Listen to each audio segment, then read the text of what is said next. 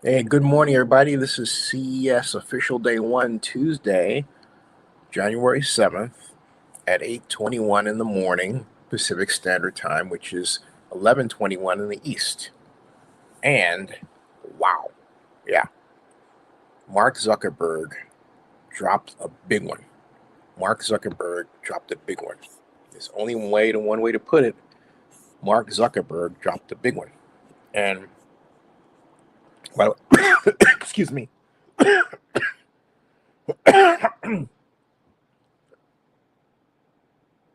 Oh, boy. Why do I put it that way? Well, this is what you're about to see. I'll present it here. This is what Mark Zuckerberg said early this morning on Facebook. He is, of course, the Meta CEO. Right here. This is what he said. Make sure I turn this up appropriately. There. There. Let's start that again.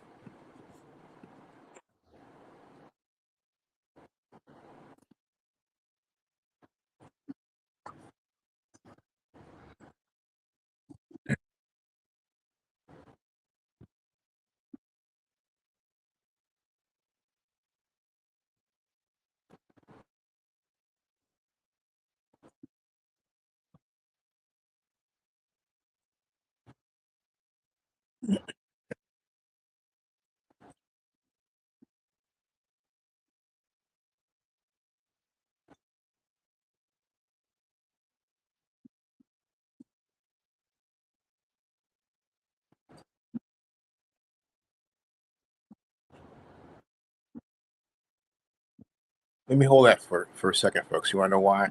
Because you might not be able to hear that because I have echo cancellation on, so I have to go ahead and turn it off. Let me turn that off real quick. It is off, and now let me go back to Mark Zuckerberg again so that you can hear him. And here is Mark Zuckerberg. Let's take it from the top. Hey everyone, I want to talk about something important today because it's time to get back to our roots around free expression on Facebook and Instagram. I started building social media to give people a voice. I gave a speech at Georgetown 5 years ago about the importance of protecting free expression, and I still believe this today. But a lot has happened over the last several years. There's been widespread debate about potential harms from online content. Governments and legacy media have pushed to censor more and more. A lot of this is clearly political, but there's also a lot of legitimately bad stuff out there. Drugs, terrorism, child exploitation. These are things that we take very seriously, and I want to make sure that we handle responsibly. So we built a lot of complex systems to moderate content. But the problem with complex systems is they make mistakes. Even if they accidentally censor just 1% of posts, that's millions of people. And we've reached a point where it's just too many mistakes and too much censorship. The recent elections also feel like a cultural tipping point towards once again prioritizing speech.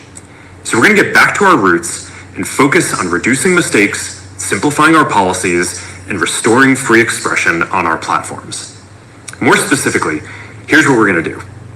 First, we're going to get rid of fact checkers and replace them with community notes similar to X, starting in the US. Wow. After Trump first got elected in 2016, the legacy media wrote nonstop about how misinformation was a threat to democracy. We tried in good faith to address those concerns without becoming the arbiters of truth. But the fact checkers have just been too politically biased and have destroyed more trust than they've created, especially in the US. So over the next couple of months, we're going to phase in a more comprehensive community notes system. Second, we're going to simplify our content policies and get rid of a bunch of restrictions on topics like immigration and gender that are just out of touch with mainstream discourse. What started as a movement to be more inclusive has increasingly been used to shut down opinions and shut out people with different ideas, and it's gone too far. So I want to make sure that people can share their beliefs and experiences on our platforms. Third, we're changing how we enforce our policies to reduce the mistakes that account for the vast majority of censorship on our platforms. We used to have filters that scanned for any policy violation. Now, we're going to focus those filters on tackling illegal and high-severity violations. And for lower severity violations, we're going to rely on someone reporting an issue before we take action. The problem is that the filters make mistakes, and they take down a lot of content that they shouldn't. So by dialing them back, we're going to dramatically reduce the amount of censorship on our platforms. We're also going to tune our content filters to require much higher confidence before taking down content. The reality is that this is a trade-off. It means we're going to catch less bad stuff, but we'll also reduce the number of innocent people's posts and accounts that we accidentally take down. Yes. Fourth, we're bringing back civic content. For a while, the community asked to see less politics because it was making people stressed. So we stopped recommending these posts. But it feels like we're in a new era now, and we're starting to get feedback that people want to see this content again. So we're going to start phasing this back into Facebook, Instagram, and Threads while working to keep the communities friendly and positive. Fifth, we're going to move our trust and safety and content moderation teams out of California, and our US-based content review is going to be based in Texas. Wow. As we work to promote free expression, I think that it will help us build trust to do this work in places where there is less concern about the bias of our teams. Finally, we're going to work with President Trump to push back on governments around the world that are going after American companies and pushing to censor more. The US has the strongest constitutional protections for free expression in the world. Europe has an ever-increasing number of laws institutionalizing censorship and making it difficult to build anything innovative there. Latin American countries have secret courts that can order companies to quietly take things down. China has censored our apps from even working in the country. The only way that we can push back on this global trend is with the support of the US government. And that's why it's been so difficult over the past 4 years when even the US government has pushed for censorship. By going after us and other American companies, it has emboldened other governments to go even further. But now we have the opportunity to restore free expression, and I am excited to take it. The cat's away. It'll take time to get this right, and these are complex systems. They're never going to be perfect. There's also a lot of illegal stuff that we still need to work very hard to remove. But the bottom line is that after years of having our content moderation work focus primarily on removing content, it is time to focus on reducing mistakes, simplifying our systems, and getting back to our roots about giving people a voice. I'm looking forward to this next chapter. Stay good out there, and more to come soon. Yeah, hold on a second. Let me get rid of that. Commander, I'm showing two sonar... something there when you say that. Frankly, the video says bending over for Trump. Yeah, that's exactly what happened. Also, it's hey, the cats are away and the mice will play. But I have to say this: I'm actually happy Mark is doing this for a very self-serving set of reasons that I will provide. There have been a number of times on YouTube that a video I had was tagged as, well, like there was a one time that was inappropriate for a certain audience, and yet I'll give you specific examples. A video that I made about a girl who was fighting a guy, and this is actually boxing. Okay, they both had boxing gloves on. They were in a gym, and she pummeled him. Now, there are a number of examples of encounters like that flying around platforms on the internet. Why did mine have to be flagged for removal? So the automatic system did it, and then some human, quote unquote, comes along and backs it. It's just, so where was the, where, you know, they said that was, they call that violence. And I said, well, it's a boxing match. And here are all the other examples on YouTube, which are there right now, right? Okay? That didn't need to happen. And when that happens, you get a copyright strike or a, what's called a community violations warning, which is what I have. That's disturbing.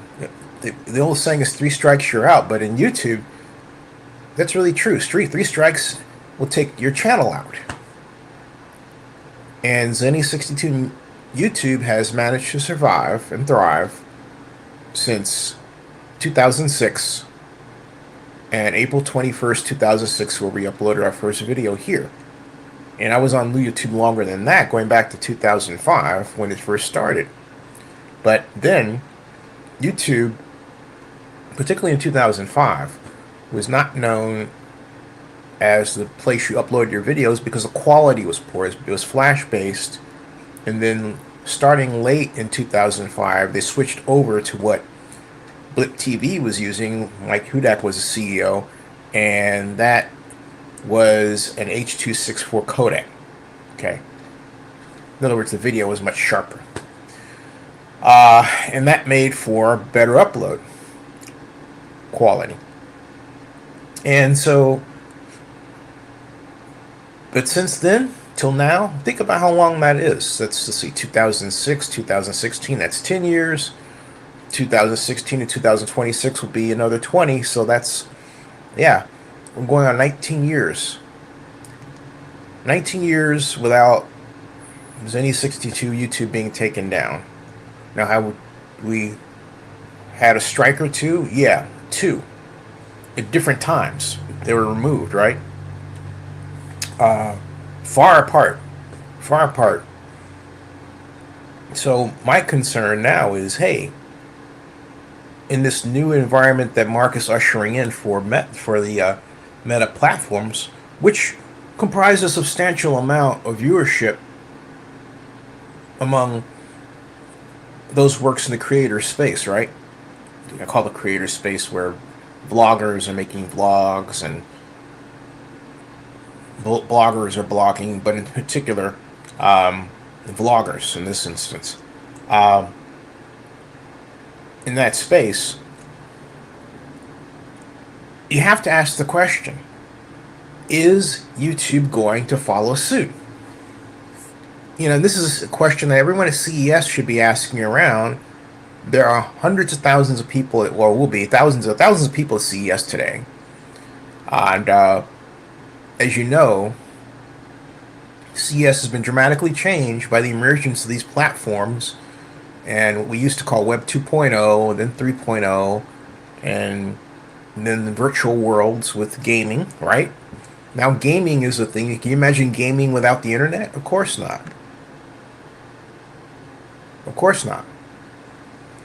So all of this factors in to what goes on at CES. Video.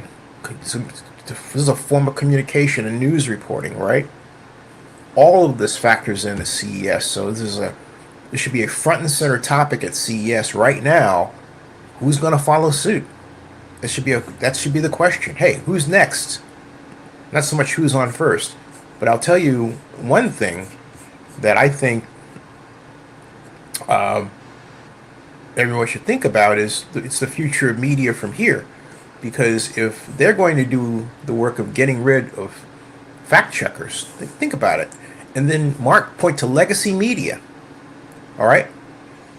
Legacy media. And I can think of few people who better result legacy media than the legendary Phil Bronstein here, who I had the honor of working for and pleasure of interviewing and honor back in 2009. I interviewed him twice, 2009, 2010.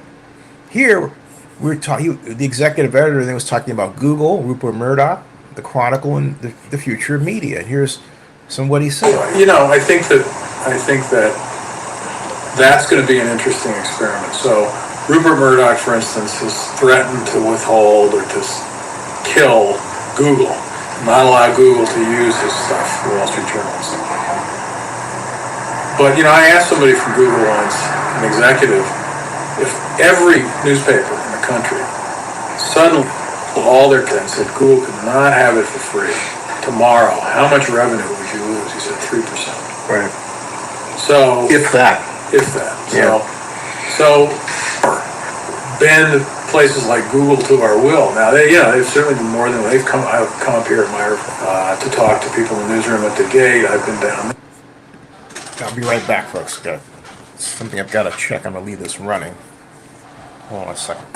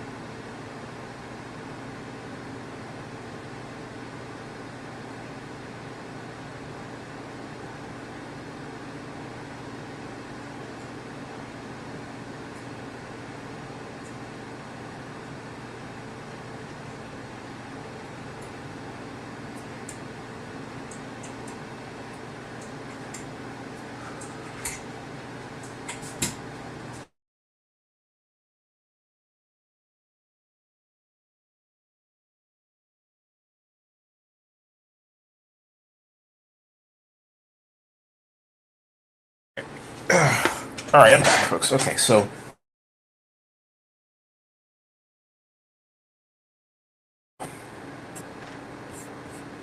They're certainly talking to other media companies, trying to be accommodating in their own way. Yahoo has there's a Yahoo consortium of newspapers who works with Yahoo. AOL's pushing big into the content creation sphere at the moment. see, this was a big. So I think that everybody's sort of willing to talk and try and figure something out, but you know, I don't think we have a lot of leverage when it comes to the sort of Rupert Murdoch threats. I ask this because why not get, you know, someone like a Warren Hellman? I'm going to fast forward from this. I think we start talking about the future of media. Basically, what he said here. It's unclear how that's going to go. They're still doing their own pages, Bay Area pages. As I say, KQED dropped out, so we'll see what. Media is so fragmented. You know, I was saying to a person that works for me now, you can take your one cell phone as an individual media maker and suddenly becomes mass market consumption, depending on what it is. Right, this is new, but what he said.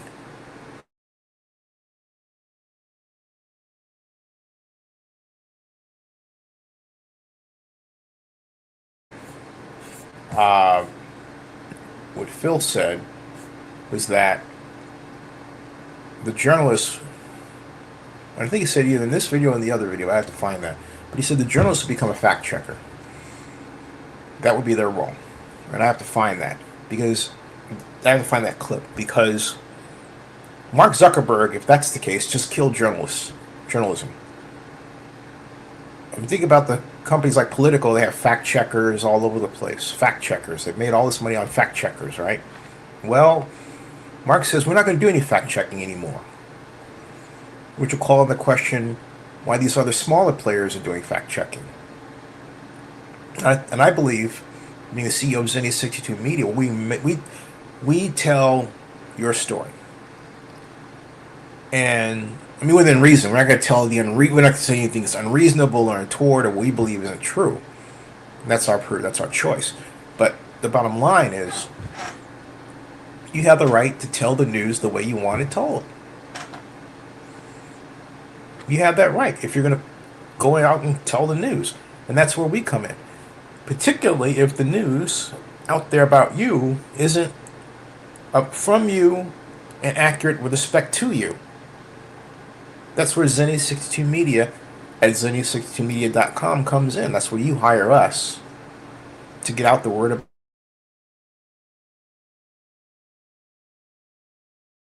It can be individual posts for forms or vlogs.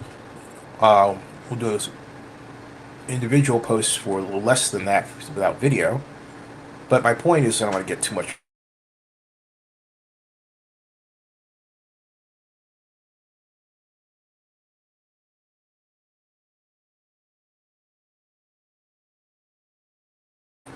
good. It's going to open up the floodgates for people. Right? Companies like Zenny 62 Media.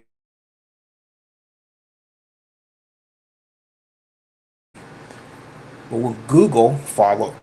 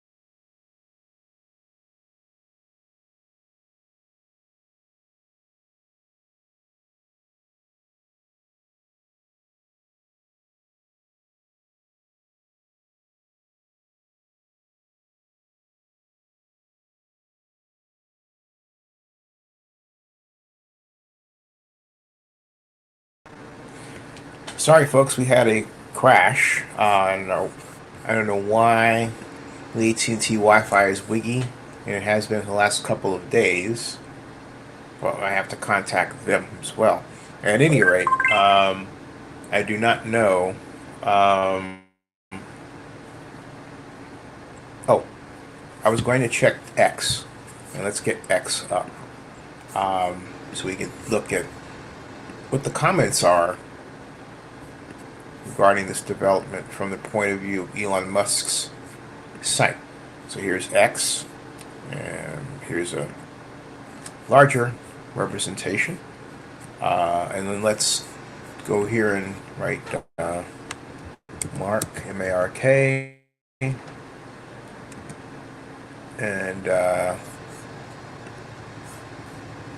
Zuckerberg, Z-U-C, Mark Zuckerberg.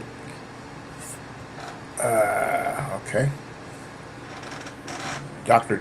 Danish says this isn't based Zuck, this is Zuck the Cuck. Full video from Mark Zuckerberg announcing the end of censorship and misinformation policies. Elections have consequences. Yep. So this goes back to Vito saying bending over for Trump. Yep, bending over for Trump. And MAGA cult slayer says, to summarize, Mark Zuckerberg has officially sold out. The wealth inequity problem we were talking about, yeah, the billionaire class has now rigged our government to line their pockets. Here's the funny part. Thanks to their brainwashing machines, these people will rejoice in their like lemmings with a smile and leap. Uh, uh, please like and retweet. That's not really Germany we're talking about. Neither is that. Excuse me. And then this is Bill Ackerman, Mark Zuckerberg, Paul Singer, Jacob Helbig, Sean McGuire, Elon Musk, Ben Shapiro, and David Sachs all had an epiphany. And Cy Bloom says how Mark Zuckerberg lost $30 billion in one day. That's February 17th of 2022. That's not even relevant here. Let's take this. I think the problem is this part. Let's take that out. Let's see here. All right. Mark Zuckerberg copying all of Elon Musk's. Mark Zuckerberg copying all of Elon Musk into his system.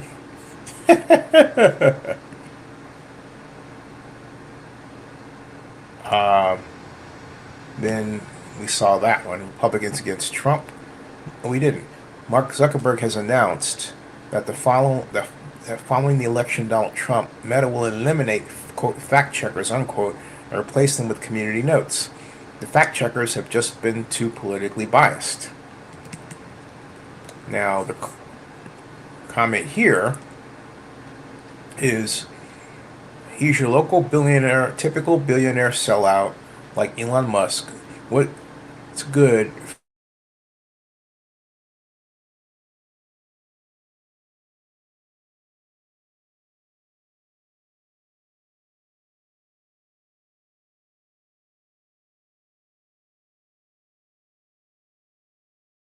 in your bathroom?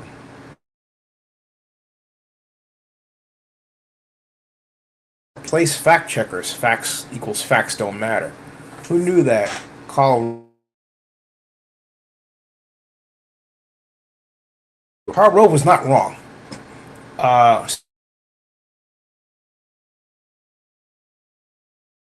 To survive in it, or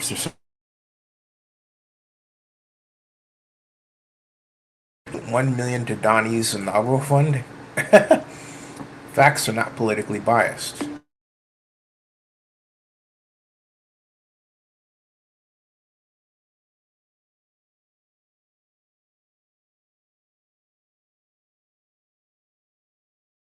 I'm calling it. I'm never going back to Facebook. Huh. This is we're so blanking Scooter out here in the U.S. And the Zuckerberg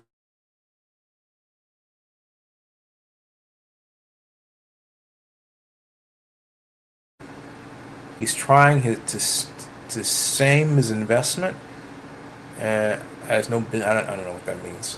What a coward! Billionaire fascist. Oh boy, we can't manage that right now. It's triggering. Why can't you? Wow.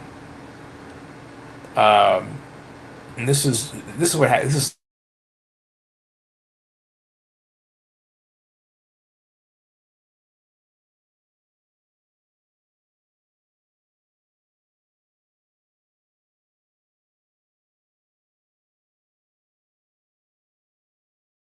Behind the peaceful and lawful transition of power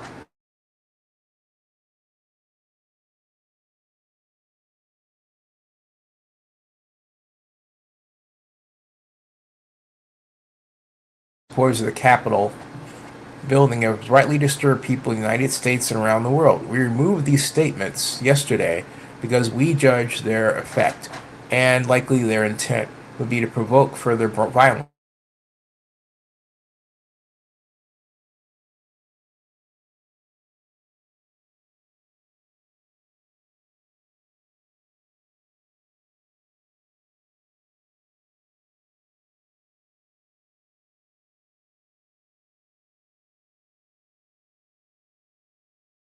Several years, we've allowed President Trump to use our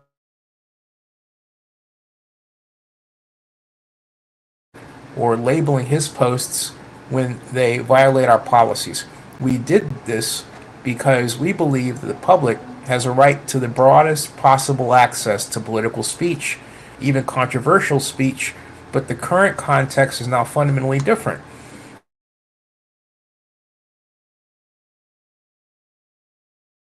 Against democratically elected government. We believe the risks of allowing the president to continue to use our service during this period are simply too great. Therefore, we are extending the block we have placed on his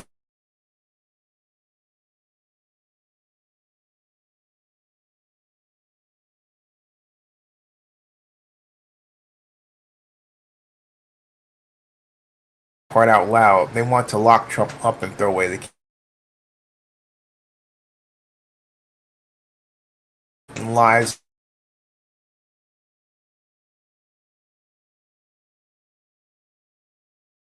Just like X.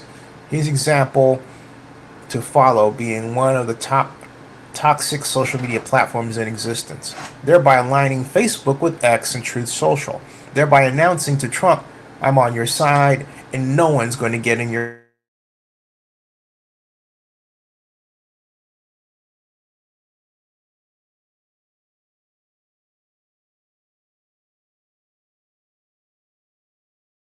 So instead, we surrender to the alternate if he thinks the fact checkers were politically biased, wait until. That's kind of funny. So a group of people, others rebrand as community notes is good.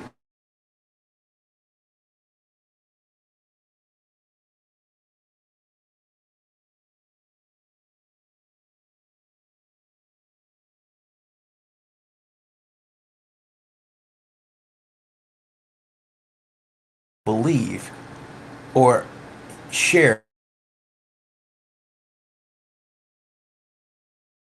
is too politically biased. He's not fooling anybody. The phrase fact checkers simply means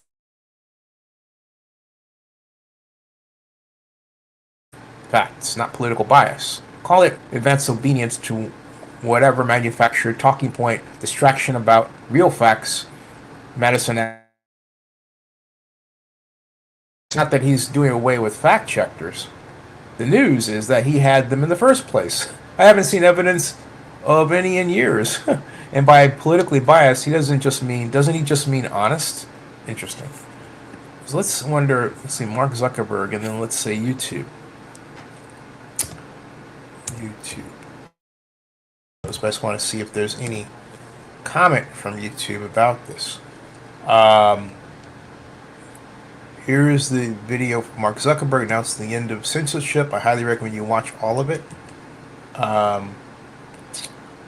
And see what I'm getting here is I'm getting Mark Zuckerberg, but I'm not getting anything that combines Mark Zuckerberg and YouTube. There I am right there. Let me go to YouTube. See, of course, there's me, right? Oh, let me retweet this. Ta-da. Okay. All right. Got to increase the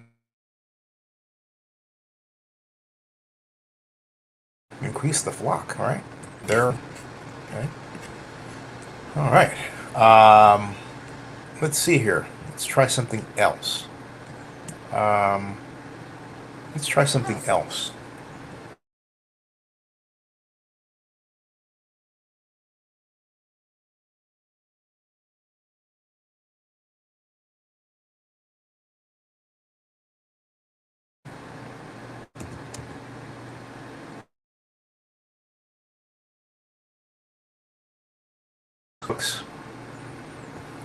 What does who only has 55,400 followers, even though he's the YouTube CEO, say? We updated new ideas and all that. Okay, great. I know about that. Replies. Well, he doesn't have one.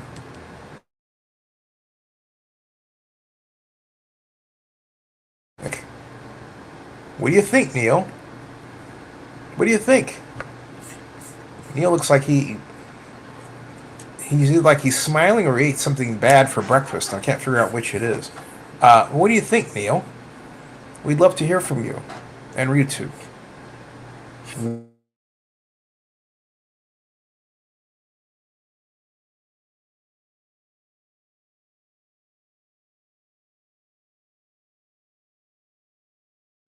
Like, you can hear them say, hey, you can hear the grinds going, hey, we got to come up with something here.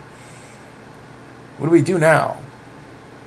We have to make our jobs worth something. Just kidding. What do we do now, right? That's undoubtedly what they're saying, thinking. And this is what YouTube does. Will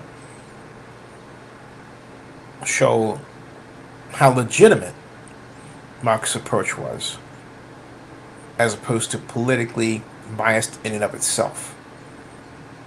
Will YouTube, Google follow along with it? Or will they simply say, you know what, we're good?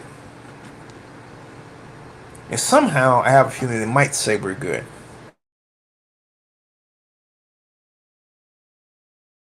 I do believe they need to say something.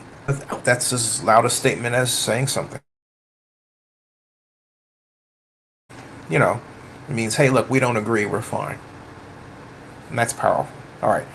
So what do you think about all this? Let me know. Subscribe to Zenny62 on YouTube and bookmark. Yeah, please bookmark, since it's CES time, if you're following CES at all. Our wonderful, very wonderful CES Las Vegas news.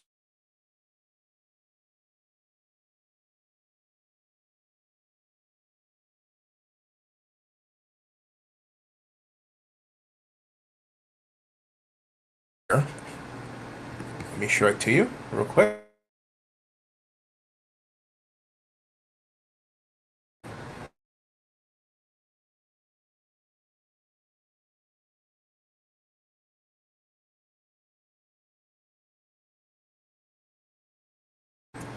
There it is. See?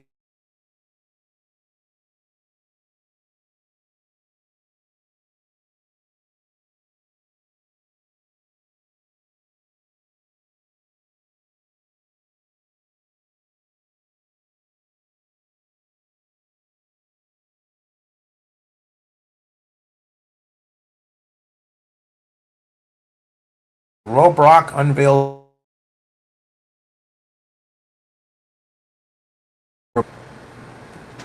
Panasonic Holdings keynote speech by Yahoo Finance. AI takes center stage at CES 2025. So on. That guy's all over the place. NVIDIA press conference live stream. Ooh, fun tech at CES 2025. Little googly eye robot. More NVIDIA.